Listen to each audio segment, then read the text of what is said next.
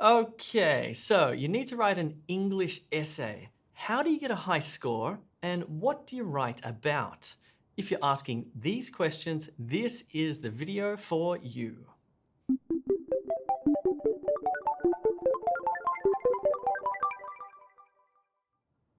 Hi, my name's Jay, and in this video, I'm going to show you an essay structure that you can use for high-level English exams like IELTS or PT or TOEFL, or even just for high school essays.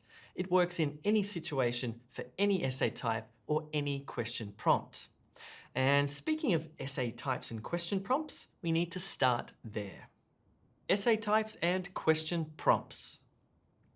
So before I show you that unbelievable essay structure, we first need to make sure that you fulfill the requirements of the essay you're given.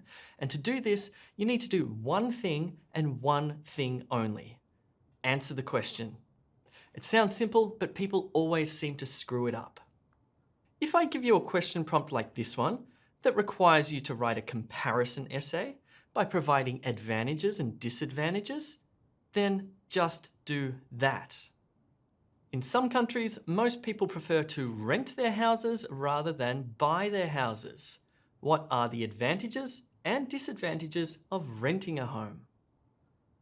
Okay, now that we have gotten that out of the way, we can move on to a powerful and flexible essay structure that you can use for any essay question. Just before we do, click that subscribe button for excellent English language videos each and every week. The essay structure.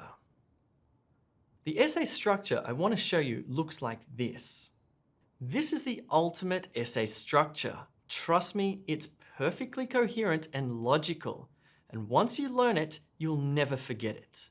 I'm going to teach you how to write an introduction that connects to both your body paragraphs and mirrors your conclusion paragraph. And I'll show you how the conclusion paragraph will connect back to the body paragraphs and mirror the introduction. Honestly, this essay structure is so simple and so powerful that you might end up teaching the class. Or you can keep it a secret and get great scores just for yourself. It's up to you. Feel free to share this video on social media if you want. Let's now look at each part of the essay and understand why each paragraph exists. Paragraph purposes. So a standard essay will have 4 parts. An introduction, some body paragraphs, maybe 2, 3 or more, and a conclusion. There's actually a very simple and powerful way to understand the purpose of each paragraph. In the introduction, you simply tell the reader what you're going to tell them. And then in your body paragraphs, you tell them. And then in the conclusion, you tell the reader what you told them. That's it. That's the purpose of each paragraph, and it gives you some idea of how it's all interconnected. Keep it simple and keep it clear. Teachers and examiners hate paragraphs and essays that lack purpose. You're not writing a novel or a poem or a biography. You're answering a question using a specific structure. Make a quick plan. Just before we start writing, I hate to tell you, but you do need to make a quick plan. You should never start writing without thinking the question through. If you start writing without planning, you end up deleting entire sections and wasting heaps of time. You need to set a direction for your essay. Let's plan my essay. It will only take a few seconds and it's going to relate to yours. So my essay prompt says, in some countries, most people prefer to rent their houses rather than buy their houses. And the question asks, what is an advantage and a disadvantage of renting a home? So we need to think for a minute here. In order to write my essay, I need to come up with one advantage of renting a house and one disadvantage of renting a house. That's what the question asked. So that's what we better do. Advantage of renting. Well, what about you can move house when you want? Disadvantage of renting, well, it's kind of a waste of money because you're not paying off the house. That was pretty easy. My tip here is to think the question through, relax, and come up with the main idea or ideas. If you can identify the most important idea or ideas, then your essay will come together and flow much more easily. If you get stuck on minor ideas, it becomes harder to write. But cool, I have my main ideas, so I'm now ready to write my essay. Ready? The introduction. All right, so we're going to write a 3-part introduction. Not necessarily 3 sentences. You can write more sentences if you want, but there needs to be 3 parts. First, you need to write a broad background statement. Second, you need to rewrite the question prompt in your own words. Third, you need to write a thesis statement. Stay with me, this isn't hard. I'll show you how to write mine and you can follow along and copy the same structure for your essay at the same time. So, number 1, the introduction sentence, where we write a broad background statement. Your first sentence is very broad. You almost need to pretend that your teacher or examiner, or whoever's going to read your essay, has no idea of what you're writing about. And as such, you need to give them some background information. You can't just jump straight into your arguments. You need to set the context. So let's look at my question prompt and let me show you a great first sentence for your essay. In some countries, most people prefer to rent their houses rather than buy their houses. All right, so what's the broad social context here? Every essay has a social context. Well, this one is about renting versus buying houses. So I'm going to write something like, for some people, the dream of owning a home is not possible or is unfavorable. Pretty simple, right? I've written a simple sentence. It's almost obvious, and yours needs to be obvious as well. Don't make it confusing or profound. I've simply written that some people can't buy a house or don't want to buy a house. It's actually a great opening sentence. Remember that essay diagram I showed you earlier? Let's look at it again. So the introduction is an upside down pyramid, and your first sentence, the first sentence of the introduction, is broad. Introduction sentence number 2, rewrite the essay prompt in your own words. So the second sentence of your introduction should simply rewrite the essay prompt in your own words. Another way to say this is you need to paraphrase the essay prompt. So let's do it to mine. Here's the prompt. In some countries, most people prefer to rent their houses rather than buy their houses. Okay, so I'm going to rewrite this essay prompt. Not the question, the prompt, the first part. Mine says, in some countries, many people decide that renting their home is preferable to buying it. Notice how some words and phrases are exactly the same. That's fine. Notice how some words are the same, but I've changed the word forms like prefer and preferable. And notice that I've used some synonyms, different words that have very similar or the same meaning. And I've also used a pronoun instead of a noun there as well. So far, so good. We've started broad and now we're tightening our essay. We're focusing in. Your teacher or examiner so far will be super impressed. Who's this wonderful student, they'll ask.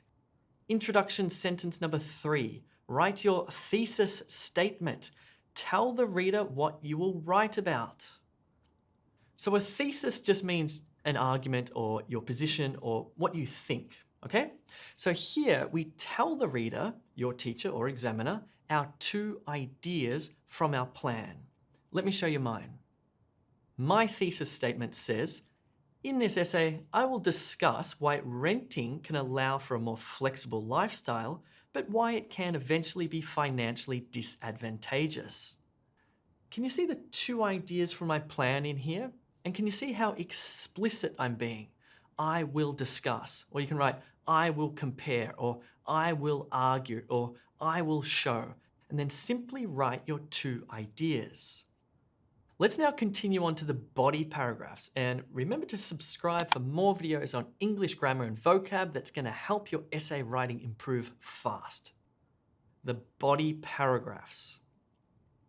So in the introduction, we told the reader what we'll tell them, and now we need to tell them. Your body paragraphs are where you take the 2 ideas from your plan and you write a paragraph about each of them. This is the meat in your sandwich. Now, your body paragraphs also have a structure. Each body paragraph will have 4 parts. Not necessarily 4 sentences, you can write more, but 4 underlying parts. First, a topic sentence where you introduce your main idea. Second, a sentence where you give a reason or an example. Third, a sentence where you give another reason or example.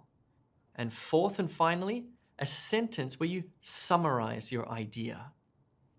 This is the broad structure, and you can leave out a reason if you want to, or add 2 examples, it's up to you.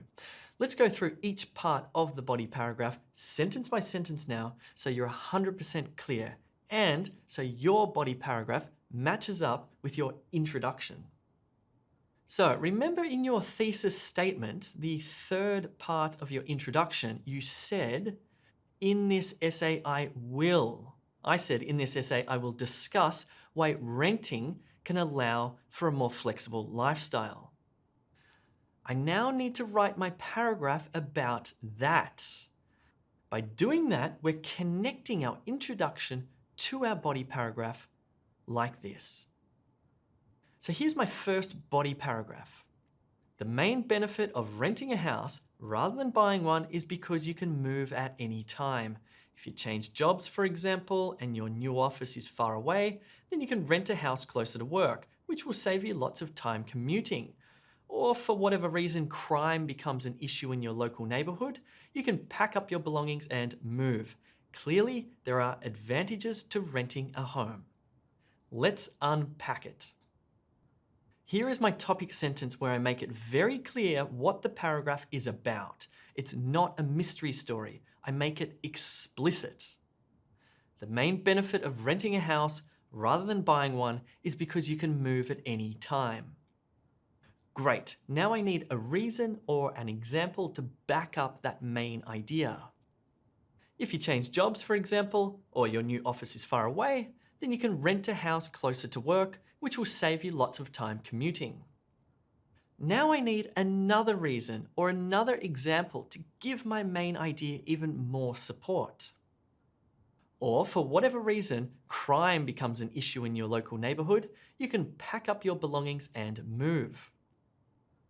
And finally, I now need to summarize my main idea in a short little wrap-up sentence. Clearly, being able to move is a key advantage of renting. Can you see how the final wrap-up sentence also connects back to the essay question prompt? It's very clever. Now, for your second body paragraph, just repeat that structure again with your second idea. Simple, powerful. By now, you're well on your way to an A+ or a top score.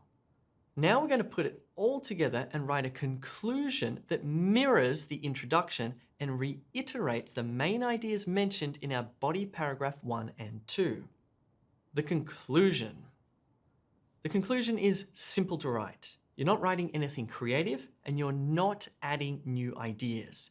In the conclusion, you're simply repeating or reiterating what you've already said. Remember the paragraph purposes we discussed earlier? In the introduction, you tell the reader what you will tell them. In your body paragraphs, you tell them. And in the conclusion, you tell the reader what you told them. Easy. So our conclusion will have 2 parts. Not necessarily 2 sentences, but 2 parts. In the first part of the conclusion, you will write, this essay discussed, or argued, or compared, or showed, and then you'll express main idea 1 and main idea 2. And in the second part of your conclusion, you'll give your opinion. Notice how that first sentence of the conclusion almost perfectly mirrors the final sentence of the introduction that we saw earlier. The thesis statement of the introduction, the final sentence of the introduction said, in this essay I will. And the first sentence of the conclusion says, in this essay I did, I argued, I discussed, I showed. This is how you create that powerful, coherent, and logical flow. And the final sentence, the in my opinion part, that's easy. You just give your opinion. Here's my conclusion. In this essay, I argued that renting provides greater flexibility, while owning results in greater financial reward. Personally, I prefer to rent so that I can live a more flexible lifestyle. Can you see how I've repeated my main idea 1 and my main idea 2 in the first sentence of the conclusion? And can you see how I've given my opinion in the second sentence to finish the entire essay? Recap. So today we've learned an essay structure that you can use for the rest of your life. It works for every essay type and every question prompt in any situation. It's powerful because it's interconnected and it keeps you on topic. The logic and coherence of this structure is powerful, but you need to practice it. Once you do that, you can't forget it. It just makes perfect sense. Let's just recap the key concepts one more time. So in an essay, you need to tell the reader what you will tell them in the introduction, then you tell them in the body paragraphs, then you tell them what you told them in the conclusion. Your introduction starts broad, paraphrases the essay prompt, and finishes with your thesis statement, "This essay will." Your body paragraphs have an opening or topic sentence where you introduce the main idea, give reasons and examples, and then wrap up with a final sentence. Then, in your conclusion, you mirror your introduction and you write, "In this essay, I," whatever, argued, discussed, showed, etc. And you simply finish with your personal opinion. Job done. Cool, hopefully that clarifies what an essay is and how to write it. Now you can get started. Just before you do that though, remember to click like on this video, leave a comment and subscribe to this YouTube channel. My name is Jay, see you soon.